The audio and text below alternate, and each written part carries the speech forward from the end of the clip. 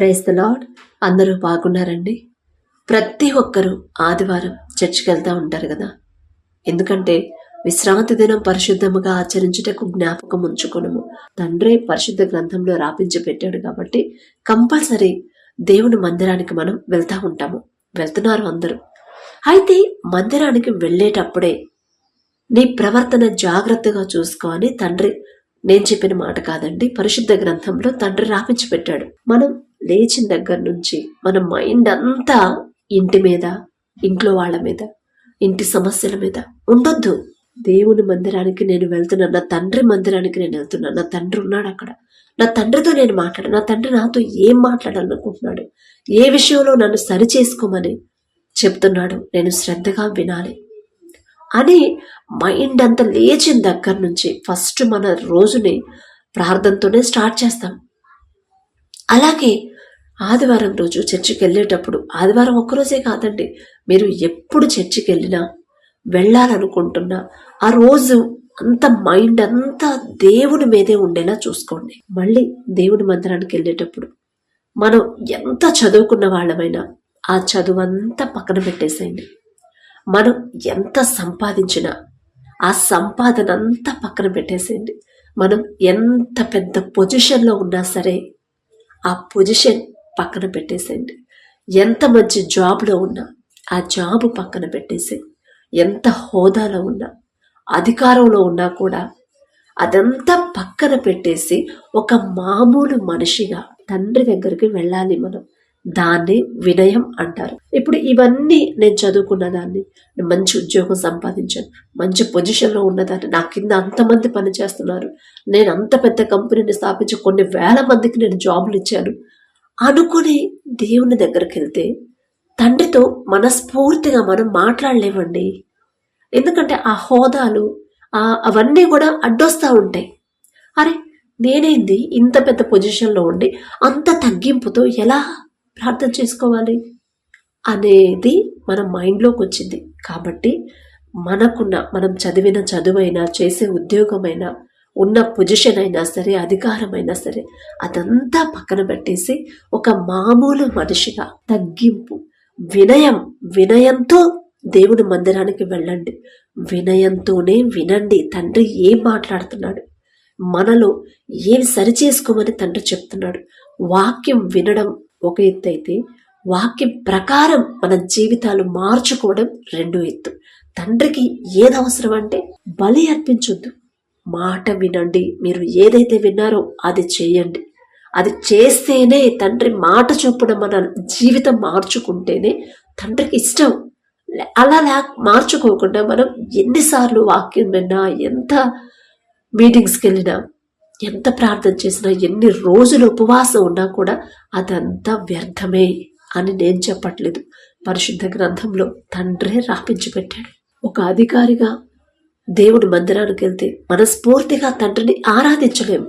ఒక మంచి పొజిషన్లో ఉన్న, మేనేజర్ పొజిషన్లో ఉండి ఆ పోస్ట్ ఉంది అనే మైండ్తో మనం చర్చికి వెళ్తే తండ్రికి వినయంతో తండ్రి దగ్గర మనం కూర్చోలేము. అందుకే ఇప్పుడంతా ఎక్కడ చర్చిలో చూసినా చైర్స్, చక్కగా చైర్లో కూర్చొని ఇట్లా వెనక అనుకుని కాలు మీద కాలేసుకుని వాక్యం వింటున్నారు కొంతమంది, అందరు కాదండి. ఒకప్పుడు బైబిల్ పరిశుద్ధ గ్రంథంలో ఒకప్పటి భక్తుల్ని ఒకసారి మనం చూసుకుంటే, దావీదు గారు రాజు, ఎంత పెద్ద రాజు, ఎక్కడికి వెళ్ళినా సరే ఆ యుద్ధంలో గెలిచే వస్తాడు. అన్ని దాదాపు గెలిచిన యుద్ధాలే కానీ ఓడిపోయింది తక్కువ. ఎందుకంటే ప్రతి యుద్ధానికి ముందు, అయ్యా నా సొంత జ్ఞానం, నా సొంత బలంతో నేను వెళ్తే ఖచ్చితంగా ఓడిపోతాను, నువ్వు నాతో వస్తానంటేనే, మీ నుండి నాకు జవాబు వస్తేనే నేను వెళ్తాను అని దేవుడి ముందు కూర్చుంటాడు. ఒక చిన్నపిల్లోడు కూర్చున్నట్టు ఖచ్చితంగా తండ్రి మాట్లాడతాడు. అప్పుడు వెళ్తే ఖచ్చితంగా గెలిచే వస్తాడు. అంత పెద్ద రాజు, ఆయన కింద, ఆయనంటే ప్రాణం ఇచ్చేంత ప్రేమ దావీదు గారి కింద పనిచేసే వాళ్ళకి, ఆ సైన్యంలో ఉన్న వాళ్ళకి, సైన్యాధ్యక్షులకు కూడా దావీదు గారు అంటే అంత ప్రేమ. అలాంటి వాళ్ళు ఉన్నా కూడా, అంతమంది పిల్లలున్నా కూడా, అంతమంది ప్రజల్ని పరిపాలిస్తున్నా కూడా అవన్నీ పక్కన పెట్టేసి ఒక చిన్న పిల్లోళ్ళలాగా దావీదు గారు దేవుని ముందు కూర్చుంటాడు. అందుకే తండ్రికి అంత ఇష్టం. ఒక చిన్న పిల్లోళ్ళలాగే, అయ్యా నాకు ఏమీ తెలీదు, నాకు ఆలోచన నువ్విస్తేనే నేను ఎటు వెళ్ళాలి, ఏం చేయాలో అది మీరు చెప్తేనే నేను చేయగలుగుతాను. నాకు యుద్ధంలో బలం కావాలన్నా ఇప్పుడు నేను తీసుకునే ఆహారంతో ఆ బలం నాకు సరిపోదు, అసలు అది బలమే కాదు. మీరిచ్చిన బలమైతేనే నేను యుద్ధంలో జయించగలను. ఇప్పుడు నాకు సైన్యం ఉంది, చాలా మంది సైనికులు ఉన్నారు, నా రాజ్యాన్ని కాపాడుకునే మంచి బలం కలిగిన సైనికులు ఉన్నారు. అయినా సరే మీ రక్షణ కంచె నా చుట్టూ, నా వాళ్ళ చుట్టూ ఉంటేనే మేము సేఫ్గా ఉంటాము. మీ జ్ఞానం అయితేనే నా ప్రజలు సేఫ్గా, సమృద్ధి కలిగి ఉంటారు, క్షేమంగా సంతోషంగా ఉంటారు అని ప్రతిదానికండి ఒక ఆలోచన కావాలన్నా దేవుని దగ్గరే కూర్చుంటాడు. యుద్ధానికి వెళ్ళాలన్నా దేవుని దగ్గరే కూర్చుంటాడు. యుద్ధం నుంచి వచ్చిన తర్వాత దేవుని దగ్గరికే వెళ్తాడు. వెళ్ళి ఫ్యామిలీతో సెలబ్రేట్ చేసుకోడు కదా, లేకపోతే సైనికులతో సెలబ్రేట్ చేసుకోడు. మొదట దేవుడికి ప్రిఫరెన్స్ ఇచ్చిన తర్వాత తండ్రికి బలి అర్పించి తండ్రితో మాట్లాడి మనస్ఫూర్తిగా తండ్రికి కృతజ్ఞతలు చెప్పిన తర్వాత అప్పుడు బయటకు వస్తాడు. ఇది దావీదు గారు అలవాటు చేసుకున్నారు. ఫస్ట్ నుంచి, చిన్నప్పటి నుంచి కూడా దేవుడి కృపను బట్టి దావీదు గారు అలవాటు చేసుకున్నారు. అందుకే బాలుడుగా ఉన్నప్పుడే అంత పెద్ద గొల్యాతుని ఎలా చంపగలిగాడు?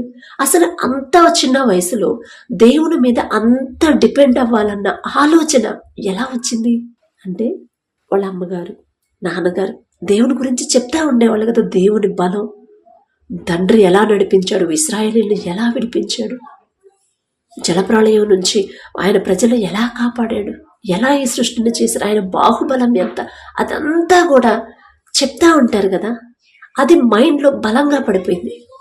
మనం కూడా చిన్నప్పటి నుంచి సండే స్కూల్కి వెళ్తూ ఉంటాం, చిన్నప్పటి నుంచి చర్చికి వెళ్తూ ఉంటాం, యవనస్తుల తర్వాత చర్చికి వెళ్తాము, వాక్యాలు వింటూ ఉంటాము, బైబుల్ చదువుతూ ఉంటాము, స్టోరీస్ వింటూ ఉంటాము. అయినా సరే దేవుని బలం అనేది, దేవుని శక్తి అనేది మనం గ్రహించలేకపోతున్నాము. ఇప్పటికి కూడా ఆఫీసులో మీటింగ్ ఉంది, అది మన హ్యాండ్ ఓవర్లో, అంటే మన ఆధీనంలో మనం అది ఏర్పాటు చేయాలి, మనమే దాన్ని మొత్తం కంట్రోల్ చేయాలి, జరిగించాలి. కానీ అది సక్సెస్ అవ్వాలంటే ఎవరి శక్తి కావాలి మనకి, ఎవరి తోడు కావాలి? దేవుడి తోడే కావాలి అని నా సొంత మాటలుగా నేను చెప్పట్లేదండి. పరిశుద్ధ గ్రంథంలో మీరు ఏ భక్తుల్ని తీసుకున్నా సరే, తండ్రి ఆశీర్వదించిన భక్తులు, బైబిల్లో రాపించిన భక్తుల పేర్లు, వాళ్ళ జీవితాన్ని మీరు ఒక్కసారి గమనిస్తే, అబ్రహాం గారి దగ్గర నుంచి, అబ్రహాం గారిని అంటారు కదా, అయ్యా నువ్వు మాకు, మా మధ్య నువ్వే రాజుగా ఉన్నావయ్యా అని చెప్పినని సొదొమ గొమొర్రా పట్టణాన్ని కాపాడతాడు కదా. కాపాడినప్పుడు రాజు అవి డబ్బులు ఇస్తానన్నా తీసుకోడు, అసలు ఏది కానుక, ఇంత ఒక్క నూలిపోగా కూడా నాకు వద్దంటాడు. అయినా సరే నువ్వే మా మధ్య రాజుగా ఉన్నావు కదా అని చెప్పినని ఆ మాట వచ్చింది. అంటే చాలా సమృద్ధి కలిగి ఉన్నాడు. ఎంత సమృద్ధి అంటే, ఒక రాజుకి ఎంతైతే సమృద్ధి కలిగి ఉంటారో అంత సమృద్ధి కలిగి ఉంటారు, అంత ఆశీర్వదించాడు తండ్రి.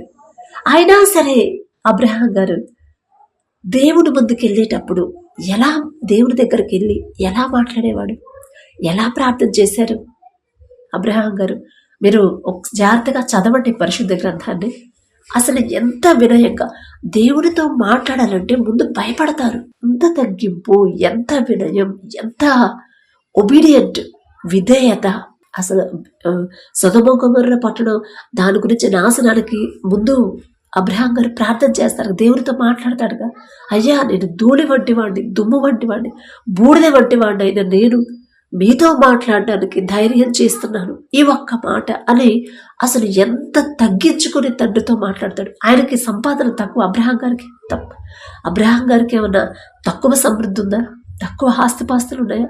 సమృద్ధిగా చాలా, అసలు ఒక రాజుకున్నంత స్టేటస్ ఉంది. అయినా సరే అదంతా ఇచ్చింది ఎవరు? తండ్రిని. వాళ్ళకు తెలుసు కాబట్టి తండ్రే నన్ను ఆశీర్వదించు, నా దేవుడే నన్ను ఆశీర్వదించు, ఇంత సమృద్ధి నేను కలిగి ఉన్నానంటే అది నా చేతి కష్టార్జితం కాదు, నా తండ్రి ఆశీర్వాదమే అని వాళ్ళు గ్రహించారు. దేవుని శక్తి వాళ్ళు గ్రహించారు. తండ్రి ఆశీర్వదిస్తే ఎలా ఎంత సమృద్ధిగా పొందుకుంటారో వాళ్ళు గ్రహించారు, గుర్తించారు, గుర్తుపట్టారు. కాబట్టి ఇప్పుడు అవన్నీ మనం చదివేటప్పుడు మనమేమి గుర్తుపట్టాలి? నేను ఎంత పెద్ద మీటింగ్ని నేను అది సక్సెస్ అవ్వాలి అంటే నా వల్ల కానే కాదు. నా కింద పనిచేసే వాళ్ళు ఎంత జాగ్రత్తగా చేసినా అది సక్సెస్ కాదు. కానీ నా తండ్రి నాతో ఉంటేనే, నా దేవుని కృప నాకు తోడుగా ఉంటేనే అది సక్సెస్ అయ్యిద్ది. నేను ఇంత మంచి పొజిషన్లో ఉన్నానంటే నాకున్న జ్ఞానం కాదు, నేనేదో కష్టపడ్డానని కాదు, ఆ కష్టపడే మనసు ఇచ్చిందే నా తండ్రి. అంటే కష్టపడే మనసు ఇచ్చాడు నా తండ్రి, కష్టపడేలా చేసిందే నా తండ్రి, ఆ ఉద్యోగాన్ని ఇచ్చింది కూడా నా తండ్రి అని మనం ఎప్పుడైతే ప్రతి చిన్న విషయం నుంచి పెద్ద విషయం దాకా తండ్రికి కృతజ్ఞతలు చెప్పడం, తండ్రికే అప్పగించడం అలవాటు చేసుకుంటామో, ప్రతి చిన్నదానికి కూడా దేవుని మీద డిపెండ్ అవ్వడం అలవాటు చేసుకుంటామో, అప్పటి నుంచి మనకి ఏ లోటు ఉండదు. రానివ్వడండి తండ్రి. అబ్రహాం గారు, దావీదు గారు వాళ్ళందరూ అందుకే మరి సొలొమోన్ రాజు గారు ఎంత జ్ఞానవంతుడు. ఆ జ్ఞానం ఇచ్చింది ఎవరు? తండ్రే కదా. సొలొమోన్ రాజు గారికి అంత సమృద్ధి జ్ఞానం, ప్రపంచంలోనే జ్ఞానవంతుడు అనే అంత ఘనత వచ్చిందంటే అసలు ఆ జ్ఞానం ఇచ్చింది ఎవరు? తండ్రే. సొలొమోనా, నీకేం కావాలో నువ్వు అడుగు, నేను నీకు ఇస్తాను అంటాడు. అయ్యా నాకు జ్ఞానం కావాలని అడిగాడు కాబట్టే ఇచ్చాడు తండ్రి. మనం అడగాలి తండ్రిని అడగాలి. ఎలా అడగాలి? వినయంతో అడగాలి, విధేయతతో అడగాలి. తండ్రి పాదాల దగ్గర కూర్చొని మామూలు మనిషిగా, మనకున్న స్టేటస్, మనకున్న అధికారం, మనకున్న ఈ గొప్ప పేరు ప్రతిష్ట, మనకున్న జ్ఞానం, మనకున్న పొజిషన్ అదంతా పక్కన పెట్టేసి ఒక చిన్న పిల్లోడు గనక ఎలా తల్లిదండ్రులు అడుగుతాడో అలా అడగాలి మన తండ్రిని. తండ్రి మనసు కరిగిపోయిందంటే, అరే అంత పెద్ద పొజిషన్లో ఉండి కూడా ఇంత ఒబీడియంట్గా, ఇంత తగ్గించుకున్నాడు నా బిడ్డ అని ఎంత శ్రద్ధ చూపిస్తాడు, ఎంత ముచ్చటపడిపోతాడు. భక్తుల్ని మీరు చూడండి, పరిశుద్ధ గ్రంథంలో మీరు ఎవరిని చూసినా కూడా ఒక చిన్నపిల్లలు వచ్చినట్టే తండ్రి సన్నిధికి వస్తారు. చిన్నపిల్లలాగే తండ్రి మీద ఎంత ప్రేమతో వస్తారు, తండ్రితో మాట్లాడడానికి ఎంత వినయంతో వస్తారు, భయముతో. ఎందుకంటే తండ్రితో మాట్లాడడం అంటే అంత అసలు సామాన్యమైన విషయం అండి. ఇప్పుడంటే అందరూ యేసయ్య నాతో మాట్లాడాడు, యేసయ్య నాకు ఇట చెప్పాడని చెప్తున్నారు. కానీ అంత గొప్ప సర్వ సృష్టికర్త, కోటాను కోట్ల మంది దేవదూతలతో పరిశుద్ధుడు పరిశుద్ధుడు పరిశుద్ధుడు అని గాన ప్రతిగానములతో కొనియాడబడుతున్న అంత గొప్ప తండ్రితో ఆ స్వరం వినడానికే మనకు అసలు అర్హత లేదు. సొలొమోన్ రాజు గారు ఆలయం కట్టించినప్పుడు, దేవాలయం, యెరూషలేం దేవాలయం, దేవుని వెలుగు ఆ ఆలయంలోకి దిగొచ్చినప్పుడు వాళ్ళు చూడలేకపోయారు కదా. ఆ వెలుగే చూడలేకపోతే ఇక దేవుని స్వరం వినేంత అర్హత మనకుందండి. అసలు ఒకసారి ఆలోచించుకోండి. మోషే గారితో వాళ్ళు ఇశ్రాయేలీయులందరూ వాదన పెట్టుకుంటారు, నీతోనే మాట్లాడతాడా దేవుడు, మాతో మాట్లాడా, నీకే కనపడతాడా, మాకు కనపడ్డా అన్నప్పుడు రోషము గల తండ్రి, అరే నా బిడ్డను ఎందుకు ఇంత ఇబ్బంది పెడుతున్నారని, సరే మోషే ఆ కొండకి, పలానా కొండకి తీసుకురా వాళ్ళందరినీ, అక్కడ నేను దిగొస్తానంటే అసలు చూడలేకపోతారు కదా. కొంతమంది మరణించేంత పని అయిపోయింది వాళ్ళకి. అంత వెలుగుని, అసలు ఆ ప్రకాశాన్ని అసలు చూడగలమండి మనం? దేవుని స్వరం వినాలంటే ఎంత వినయంతో, అసలు ఎంత అర్హత సంపాదించాలి. ప్రతి ఒక్కరు చెప్పే మాట గుడ్డిగా నమ్మకండి. మన తండ్రి రాజులకు రాజు, ప్రభువులకు ప్రభు, ఆకాశ మహాకాశాలు పట్టజాలనంత అంత గొప్ప తండ్రి, అంత పెద్ద సింహాసనం మీద ఆసీనులై ఉన్న తండ్రి, ఆయనతో మాట్లాడటం అంటే అసలు అంత అర్హత మనకుందా? ఫస్ట్ అది మనం ఆలోచించుకోవాలి.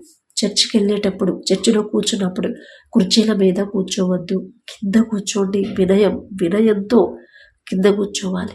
కూర్చొని మోకాళ్ళ మీద కూర్చుంటే ఇంకా ధన్యత.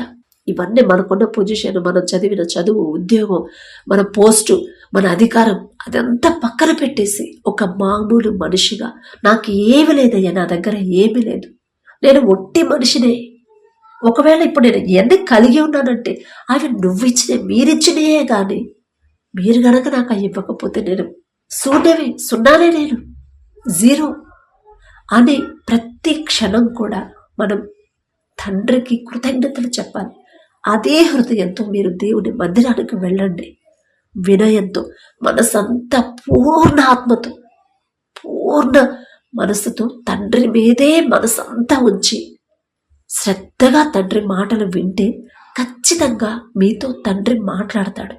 ఆ గ్రహింపు అనేది వచ్చింది మనకి. తండ్రి స్వరం వినేంత అర్హత మనకు లేదు, కానీ పాస్టర్ గారి ద్వారానో ఇంకొకళ్ళ ద్వారానో మనతో మాట్లాడుతున్నట్టే అనిపించింది. కాబట్టి అలా వెళ్ళండి, ఇవన్నీ పక్కన పెట్టేసి వెళ్ళండి.